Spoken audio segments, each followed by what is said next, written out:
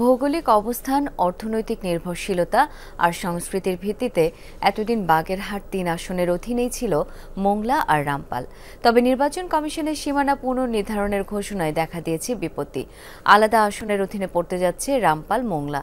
এতে ক্ষুব্ধ স্থানীয়রা। চলছে প্রতিবাদ সভা, সমাবেশ, মানববন্ধন। সুশীল সমাজও মনে করে উন্নয়ন সমন্বয়ের জন্য দুই অঞ্চলকে একই আসনে রাখাটাই যৌক্তিক।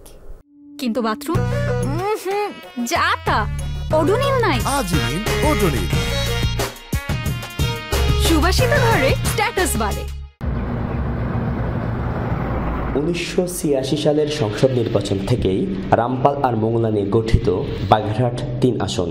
ভৌগোলিক অবস্থান, অর্থনীতি থেকে শুরু করে সংস্কৃতি সবকিছুতেই এই দুই জনপদের ঘনিষ্ঠতা আরও আগে থেকে। তবে নতুন প্রস্তাবিত সংসদীয় আসন বিন্যাসের খসড়া অনুযায়ী আলাদা হতে যাচ্ছে মোংলা রামপাল। বাগেরহাটে নির্বাচনী আসন সংখ্যা ছিল ৪টি। তবে উপকূলীয় এই জেলায় ভোটার সংখ্যা গড়ের তুলনায় কম হওয়ায় একটি আসন কমানোর সিদ্ধান্ত নেয় নির্বাচন কমিশন। তারই অংশ হিসেবে রামপালকে সদর ও কচুয়ার সাথে মিলিয়ে গঠন করা হবে বাগেরহাট ২ আসন। আর বাগেরহাট ৩ আসনে মোংলার সাথে যুক্ত হবে মোরেলগঞ্জ, শরণখোলা। বিলুপ্ত হবে ৪ নম্বর আসনটি। রামপালে রয়েছে দেশের অন্যতম বিদ্যুৎ প্রকল্প, নির্মাণাধীন একটি বিমানবন্দর। অন্যদিকে সুন্দরবনের পাশাপাশি মোংলায় রয়েছে দেশের দ্বিতীয় বৃহত্তম সমুদ্র বন্দর। তাই শিল্প, কৃষি এবং প্রকৃতির ভারসাম্য রক্ষায় একে অপরের উপর নির্ভরশীল অঞ্চল দুটি। তার উপর খুলনা মোংলা মহাসড়কও দু জনপদকে গেঁথেছে এক সুতায়। সুশীল সমাজ মনে করে একই আসনের অধীনে থাকলে এসব উন্নয়ন কাজ হবে সমন্বয়ের সাথে পরিকল্পিতভাবে। বাগেরহাট ৩ রামপাল এবং মোংলার আসনের একজন ভোটার। প্রায় ৮০ বছর যাবৎ এই দুটি থানার এলাকা একই থানার অন্তর্ভুক্ত।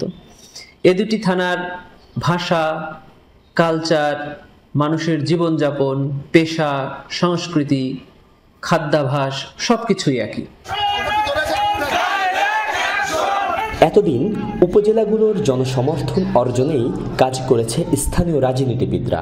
তাদের মতে একই আসনে সদরের মতো উপজেলায় থাকায় মনোনয়নের ক্ষেত্রেও চ্যালেঞ্জের মুখে পড়তে পারে তৃণমূলের জনপ্রতিনিধিত্ব।